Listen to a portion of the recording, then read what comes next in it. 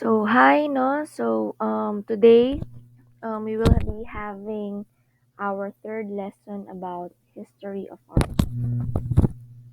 So back in our first topic, we already talked about what is art. We just discovered we learned a simple various perspective and definition of arts no from different experts. Okay, so now we are going to talk about the history of art. So this will be just a simple topic. So again, what is art? Unsa maning art? No, so art no is basically just anything around us. No, because no, as we already tackled in our previous lessons, art is everywhere. No? Art is the study of aesthetic objects and visual expression in historical and stylistic contexts. No? And anything around us is really art. Again, no, we are what you can see no from our shoes, no, our clothing, our cabinet, no, those are an example of an art. So, since we are done with the definition on with knowing what art is, now let's talk a bit about the subject of art. So, what is the subject of art? So, the subject of art now refers to the main idea that is represented in the artwork. Okay? So, for example, no, when we say subject, no, it is the main topic, no, or what is being shown. No, for example, no, our subject is kaning art appreciation. So, the main focus of this, no, is art. No, if moingon tag food, no, in the context of food, no, mura na siya lechon baboy. So it is the main course. No? So the subject of art no, refers to the main idea that is represented in the artwork. So for example is kaning naa sa picture no food no popcorn. So it is inanimate no and kaning it is a collection of kanang the popcorn, no, collection na siya no na ay popcorn na apoy bowl. Okay? So next is landscape. So landscape is the natural scenery, no, such as mountains, no, cliffs, rivers, and so on. Now we talk about nature, no, not being art. No, but really art is being made by us. No, art is man-made. So kung unsa imong perspective no about heaven no or unsa may perspective nimo sa mountain no then ako siyang gidrawing no and that results to an art no so ang pasabot nato sa landscape ani nga context no dili itong landscape na pababag but landscape na kaning um, scenery no and mga kaning mga scenery no mga cliffs rivers and mountains. So next we have nature. So as I mentioned na last meeting, no, nature is not an art, no, but it is focused view or interpretation of specific natural elements. So next we have portrait. No, portrait is um, an image of a particular person or animal or group no thereof. So, di ba naagyo tayo ginatawag na portrait or landscape, no? Actually, duha gyud ang meaning ana. Ang portrait is kanang pababag, no, pa-horizontal. No, while ang landscape, the other meaning of landscape is um kaning vertical, no, na perspective, no, in terms of maybe drawing or kaning picture taking, no, portrait or landscape. So the other explanation is kaning portrait, no, this is an image, no, of a person or a group, no. Example is kunang magpa-ID picture ka, no. So it is a portrait. There is an object containing the image, no, whether tao man siya or hayop, no, an animal. So that is the second meaning of the portrait. No, while ang landscape, no, ang second meaning is kaning scenery, no, ato ang environment. Okay? So abstract, no, so it is a non-representational work of art. So fun fact, no, maybe some of you, no, kabalo na mo unsa ng abstract, no, you are already familiar of abstract, but there are other people man good na ang pagsabot nila sa abstract is kanang art, no. When we say abstract, that is an art na dili masabtan, puros kuris-kuris, kuris-kuris raman ang abstract, no. But actually abstract art follows something, no. It follows a pattern, no. For example, no, you are drawing kaning a face, no, kung mag-drawing tag face, di ba, circle sa face, ay circle sa eyes, no, circle sa pikas na eyes na po, circle again for the face, no, bulag-bulagon na to ang circle. But for abstract, no, the artist, no, maghimo siya eyes, no, circle, then sa isa ka eyes isumpay niya sa isa ka eyes, tapos isumpay na po niya himuon niya og face, no, sumpay nya kuris na pod padulong sa iyang baba, no, like it is continuous, no. So abstract is a non-representational work of art, no, wala siya gina-represent kay abstract man siya, no. So dili siya masabtan, no, sa mga maybe some of the audience, but for the artist there is a deeper meaning of it. So the purpose of art, no, supposedly the purpose of art, no, have two factors, the motivated and unmotivated. But I will just generalize the purposes of art.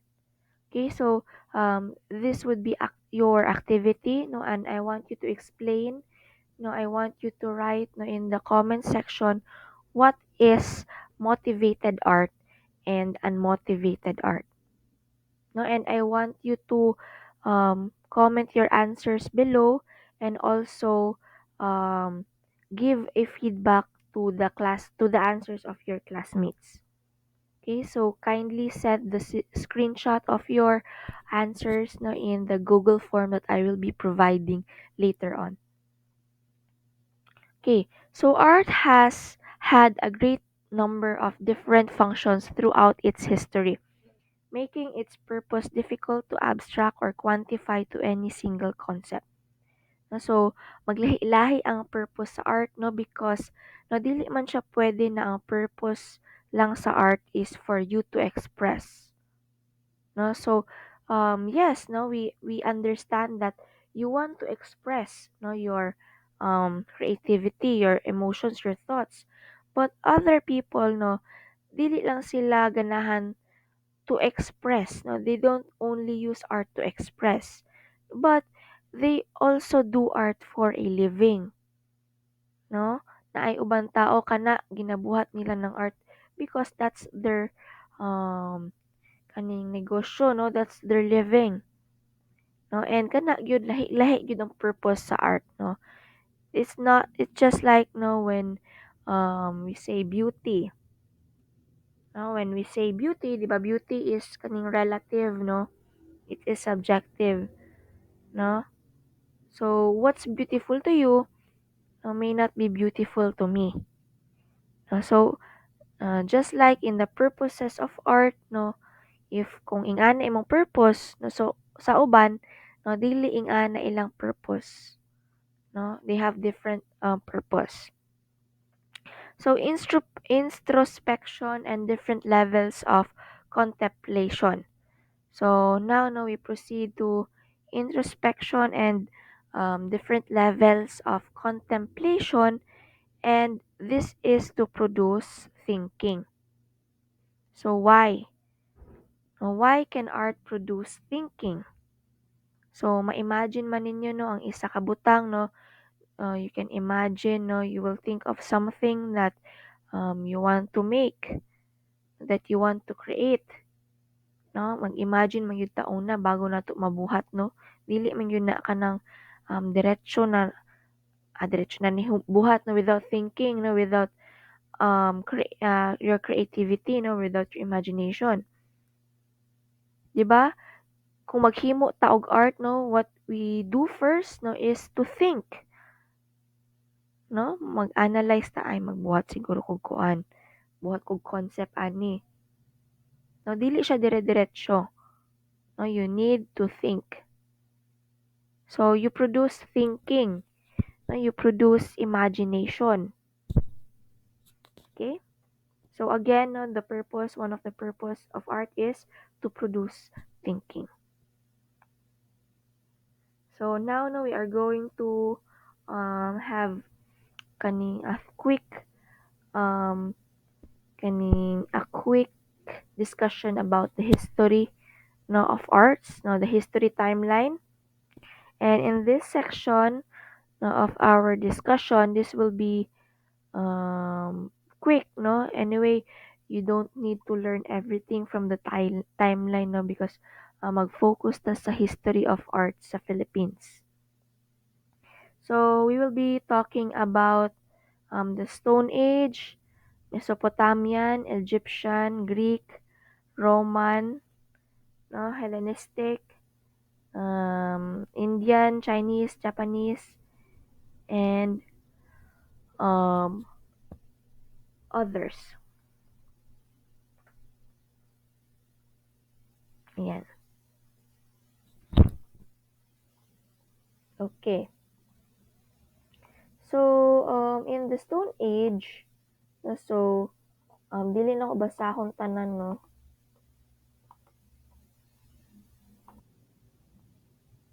Okay. So, sa Stone Age, no, dili na ko basahon tanan because you need to also do your part, no, to read the module. So, I will just flash some of the points here. So we have the Stone Age. So ang characteristic sa Stone Age is dirito na bilong ang mga cave, no, mga cave paintings, mga fertility gods, no, mga fertility goddesses. No? So when we say fertility goddesses, no, kay naamang gud sa una na kanang dili sila makaproduce og baby. No, back then na ay mga tao back then no nga they struggle no na sila kuan that they cannot produce a baby, no.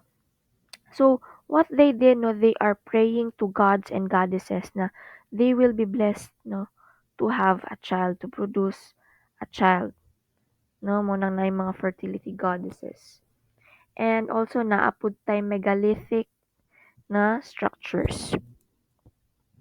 Okay, so sa Mesopotamian, no, we also have Mesopotamian.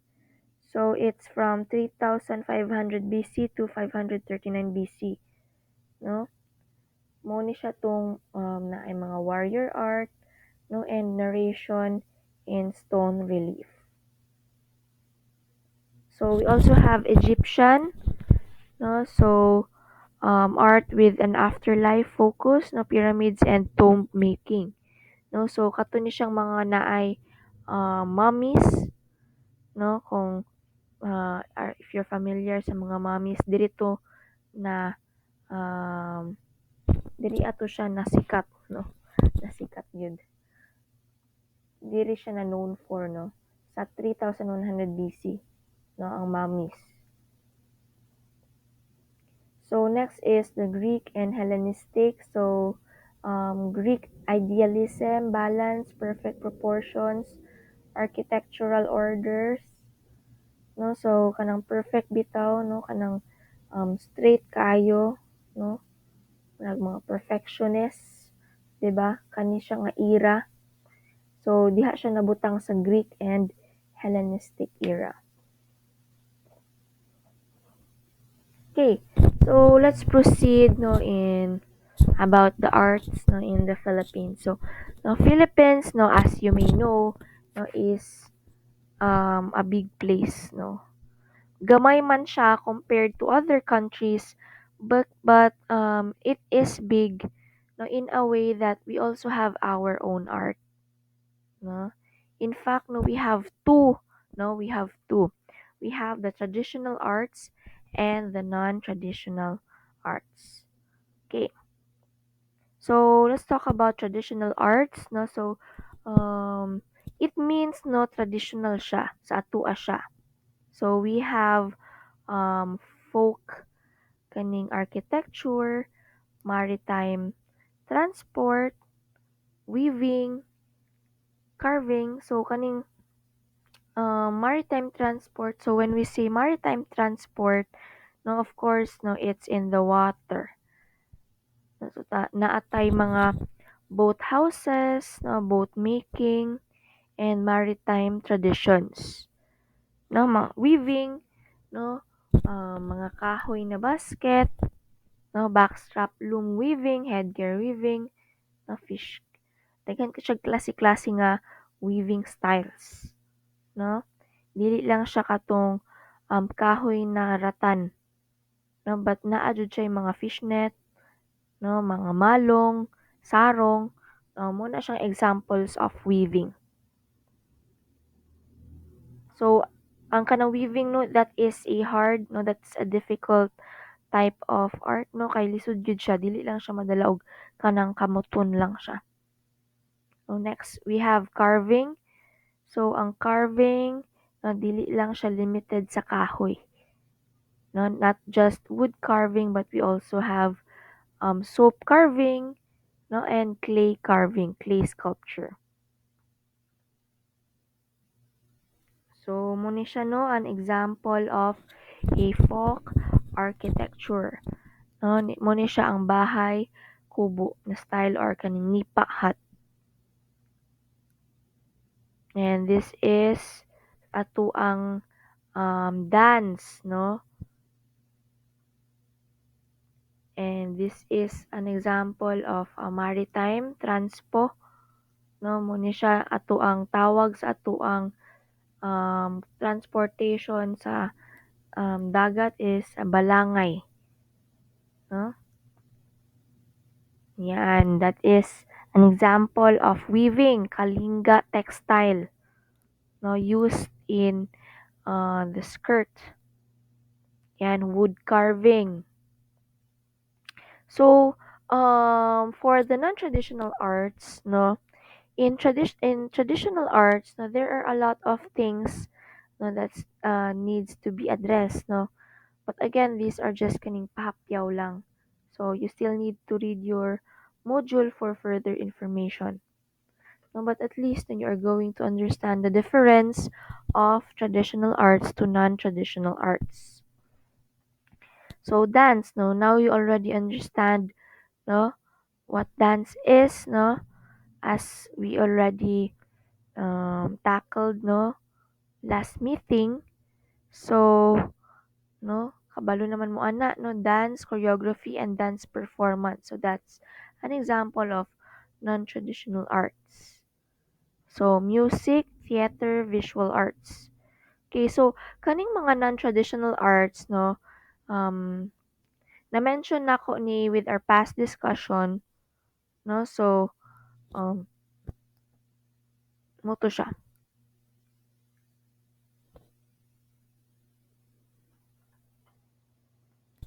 Okay, so that would be all. So that ends our lesson for lesson 3, the history of arts.